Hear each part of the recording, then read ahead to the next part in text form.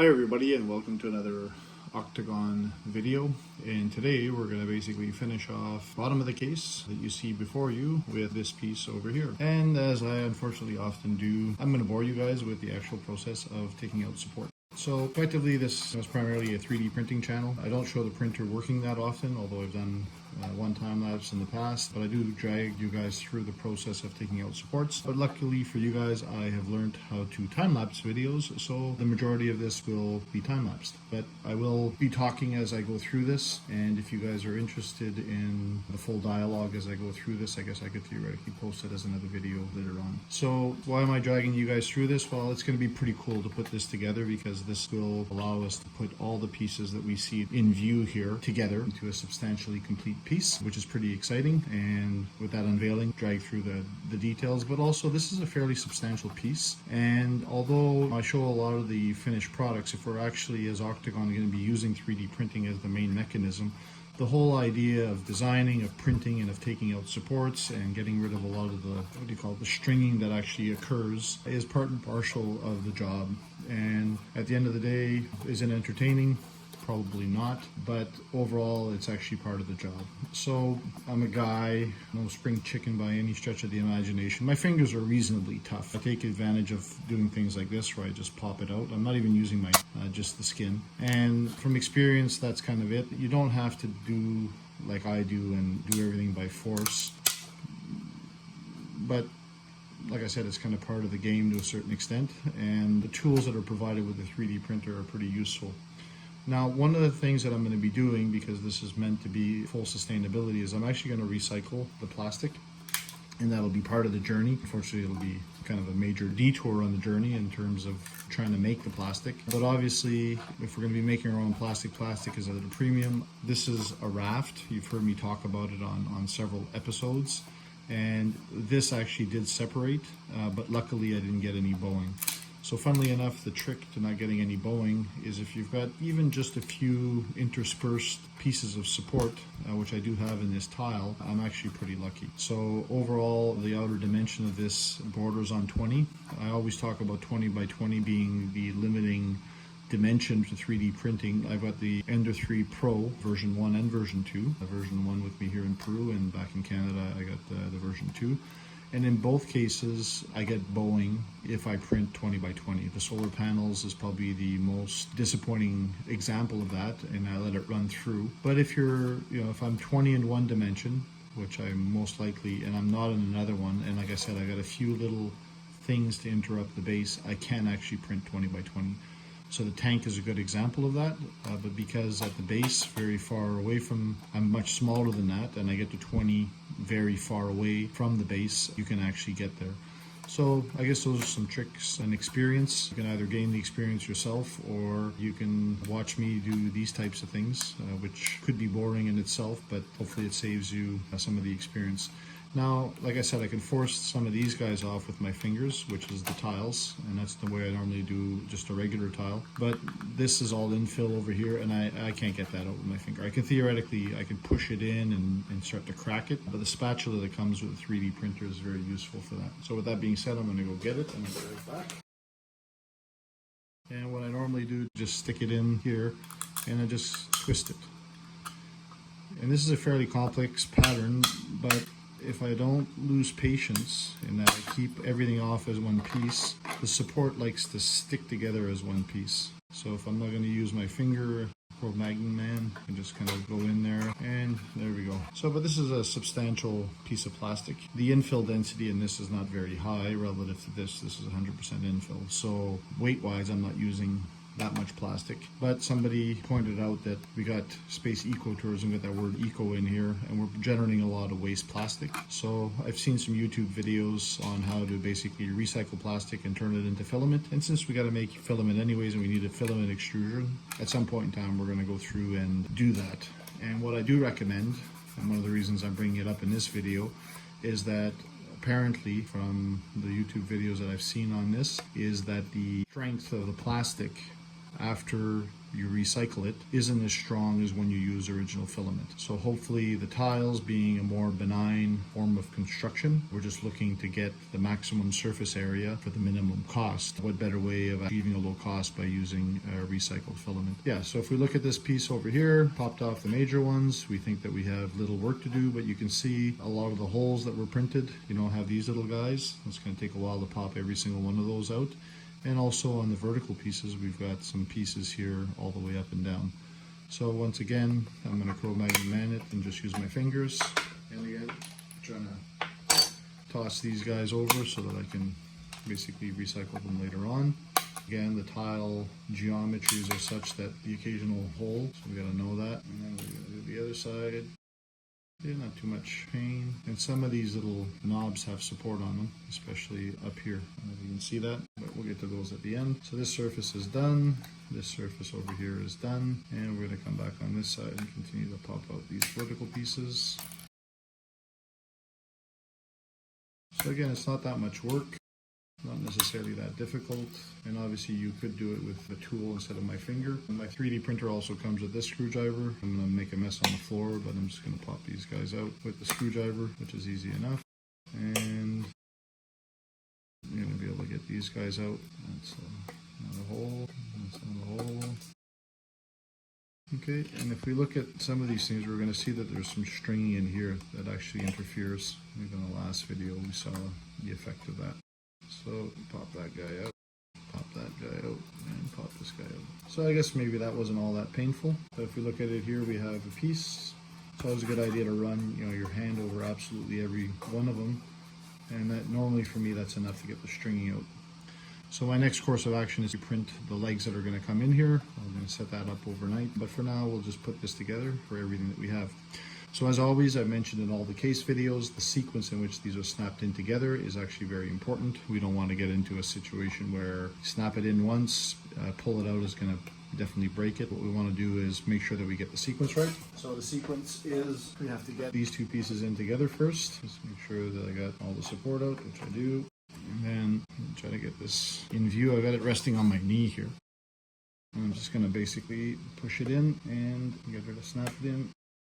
There we go. For me, that's pretty rewarding.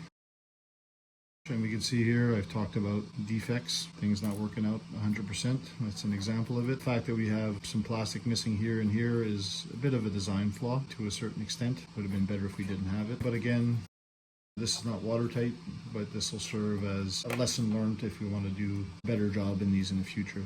This over here is a bit of a defect in here, but I'm not going to sweat that too much. In earlier videos, I talked about putting the C together, and I'm doing it in a bit of a different sequence than what I described back then, but the same principle applies. I could have built this up this way, snapped it in, and then built in the lid, but I'm doing it the way that I'm doing it now, which is, oh crap, what happened there?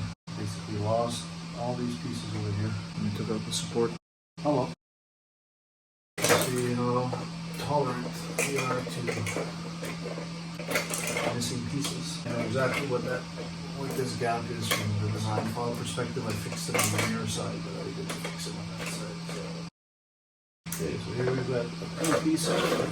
And what we'll do now is just turn it around this way.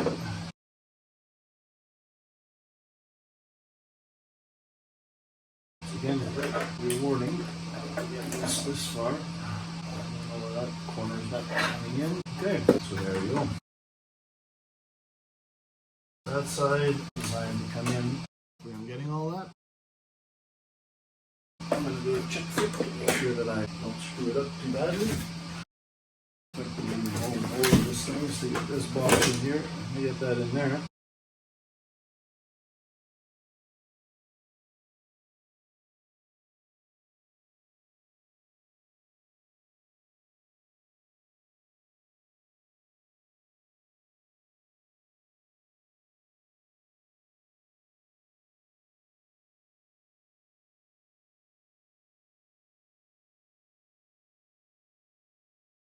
So it's ready to go.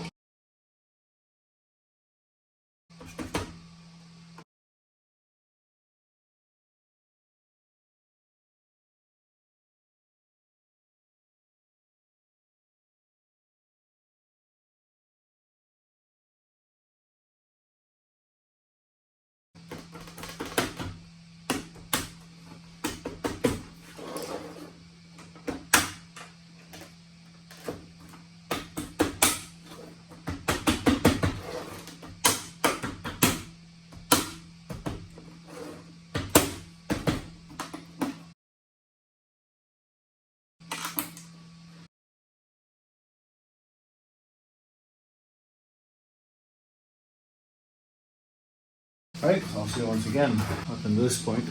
Very rewarding. So you hear a little pop going. It was just one of the cotter pins actually falling out.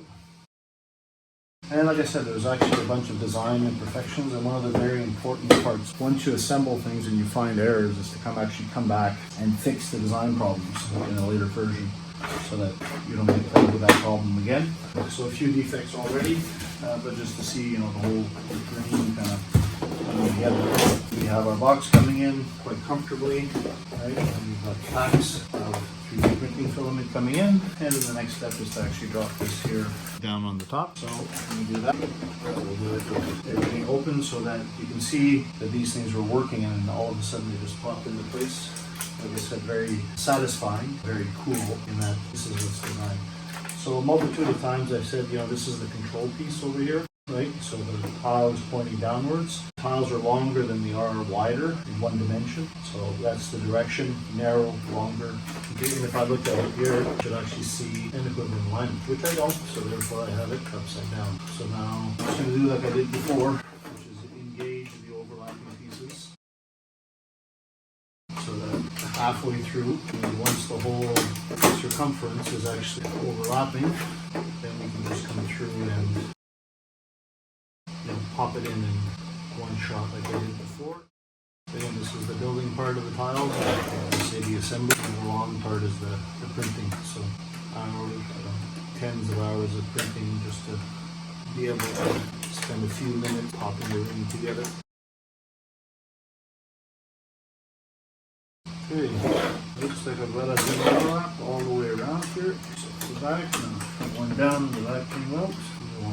Got a couple of tiles here that are severely bowed, less cooperative than others. Just rotating this with the camera. The last thing I want to do is to pop it in like I did the last one, and all of a sudden you start breaking teeth all over the place. Tooth is even the right. Okay.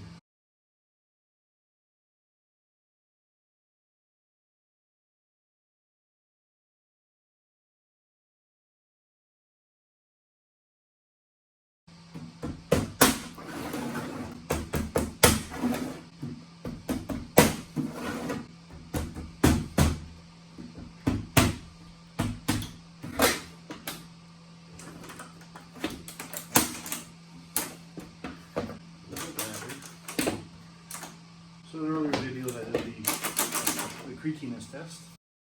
And obviously there's still a little bit of flop in here, but the base overall appears strong enough. Not as bad as the worst case scenario.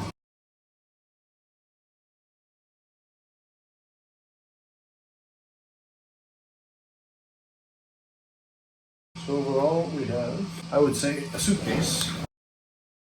But the reality of it is we have half a suitcase. So, first major experience in building with Octagon Tiles. You see there's still a few defects here and there. These will be fixed by pushing it in. I want to have to plan the next ring, even two rings, carefully. I have to build in here a little bit of support so that this box doesn't slide around too much. But I'm not convinced the handle, they've got two more of these things for it to come up. You can see here, this is the distance. So if I go two up, I should have the same gap down here as I do up here. And the handle, the telescopic portion, which is going to be by definition no longer than 20 centimeters, but I'm going to probably print it at a full 20 centimeter height, is going to bite into, I believe, more than this distance. So I can't just build the next two rings and then just slap them on. I actually have to do kind of like I did on the bottom here and start with the more difficult pieces, which are these guys here. CAD up the whole telescopic arm and then look at integrating it, and then build these two corners, the top, get the whole upper half down, slam it down on top to one final assembly. So for those who are kind of new to the video, overall this is going to open up this way with just an opening on the end so that we can pull out the box. The reason for that is that the latching mechanism that I use is going to be on the inside here, which will also form part of a handle to carry the whole thing this way, in addition to a second handle that is telescopic like a normal roller suitcase. So the next major thing, or the minor thing I'm going to be doing, is actually printing these legs so that this thing here, stands up flush, and that'll be easy enough. Pop those on, and like I said, hopefully the next case video will be prototypes or first versions of the actual telescopic arms, and then we're going to integrate those, and then the closing mechanism. So the rest of the case is going to be reasonably complicated and probably slow going. Again, some milestones for this. I've got my Ender 3 version 2 sitting in Canada. The box is basically gone. I'm probably going to go back with this as it is, as an extra suitcase, empty. And then the idea is pack the Ender 3 V2 into the Ender 3 V1 box, and then have the two of them with me so that I can double up my my printing speed. But overall, once again, the important pieces are the bottom ones. They were not perfect by design, good enough to ensure some structural integrity. Traveling with this thing empty and seeing how it survives is going to be interesting in itself. But overall, we have some construction. And one last note, when we're generally building with these things, anything bigger, the idea is to have these things doubled up.